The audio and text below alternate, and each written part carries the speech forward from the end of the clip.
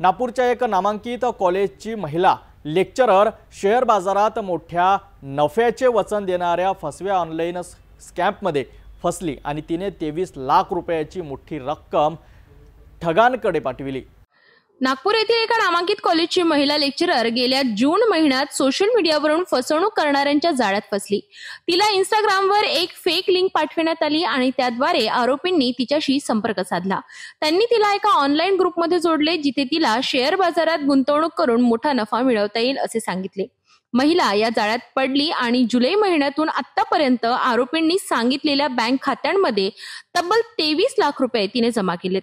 महिलेने गुंतवणुकीवर झालेला नफा मागितला, मात्र आरोपींनी तिला अजून पैसे गुंतवण्यासाठी दबाव टाकायला सुरुवात केली। त्यानंतर तिला फसवणुकीची जाणीव झाली आणि तिने ताबडतोब सायबर पोलिसांकडे तक्रार नोंदविली। सायबर पोलीस आता या प्रकरणाचा तपास करीत असून आरोपींचा शोध घेत आहेत। पोलिसांचे आव्हान आहे की कोणतीही गुंतवणूक करण्यापूर्वी अधिकृत आणि विश्वसनीय प्लॅटफॉर्मचा वापर करावा आणि कोणत्याही अनोळखी लिंकवर क्लिक करू नये। ही घटना आपल्यासाठी एक चेतावणी आहे की ऑनलाईन गुंतवणूक करताना नेहमी सतर्क राहावे। सायबर पोलीस ठाण्यामध्ये 2 दिवसापूर्वी 87 नंबर गुन्हा रजिस्टर केलेला आहे ह्या वर्षीचा। त्या गुन्ह्यामधील फिर्यादी एक महिला लेक्चरर आहेत, एका नामांकित कॉलेजमध्ये लेक्चरर म्हणून काम करतात। त्या साधारणपणे एक 3 महिन्यापूर्वी इंस्टाग्रामवर पाहत असताना त्यांना एक ॲड आली, जाहिरात आली। त्या जाहिरातीमध्ये त्यांना शेअर मार्केटमध्ये पैसे गुंतवून मोठ्या प्रमाणावर पैसे कमवण्याची संधी आहे वगैरे त्यांनी पाहण्यासाठी त्या ज्या ॲडला क्लिक केलं, त्या ॲडवरील लिंकवरून त्या डायरेक्ट एका इटी मनी या व्हॉट्सअप ग्रुपवर त्यांना जॉईन केलं।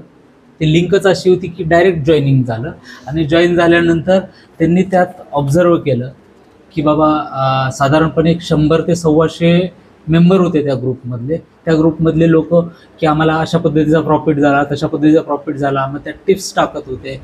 कंप्लेनंटला विश्वास बसला की बाबा अशा पद्धतीच्या ह्याच्यामध्ये ट्रेडिंग केल्यानंतर त्यांना मोठ्या प्रमाणावर फायदा होतो। त्यामुळं त्यांनी परत साधारणपणे 12/8/2025 त्या लोकांशी कॉन्टॅक्ट केला की बाबा मला सुद्धा ट्रेडिंग करायचे आहे। त्यानुसार त्यांनी एक लिंक पाठवली। त्या लिंकमधून ॲपल स्टोअरवर HNWJPS हे ॲप शेअर मार्केट ट्रेडिंगसाठी डाउनलोड केलं। त्या डाउनलोड करून त्यांनी इन्स्ट्रक्शन दिल्याप्रमाणे त्या ॲपमध्ये ट्रेडिंग अकाउंट उघडलं।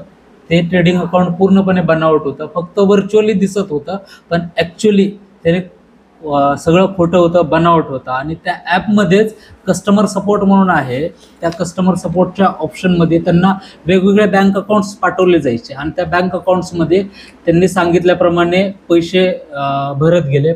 एक 3-4 ट्रान्झॅक्शन झाल्यानंतर जवळपास त्यांना 3.5 लाख रुपयाचा प्रॉफिट दाखवला आणि तो विड्रॉ केला। त्याच्यामुळं कंप्लेनंटला एवढा विश्वास बसला की बाबा आपल्याला प्रॉफिट मिळतंय आणि ते विड्रॉ होतंय।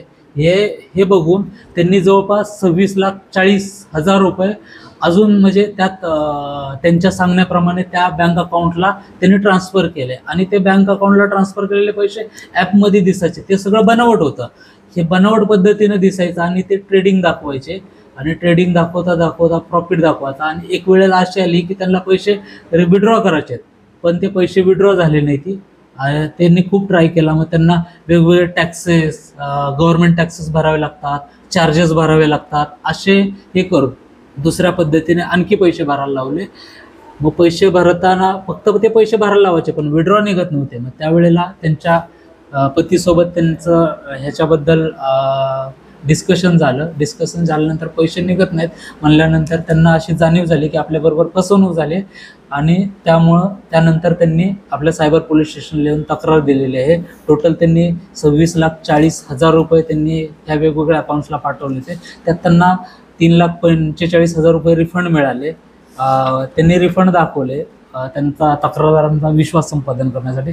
असे म्हणून एकूण 22,95,000 रुपयाची त्या तक्रारदाराची फसवणूक झालेली आहे। ही घटना आपल्याला ऑनलाईन फसवणुकीपासून सावध राहण्याची जाणीव करून देते। त्यामुळे सोशल मीडिया हाताळण्याचा गरज आपल्याला पुन्हा एकदा अधोरेखित झाली आहे।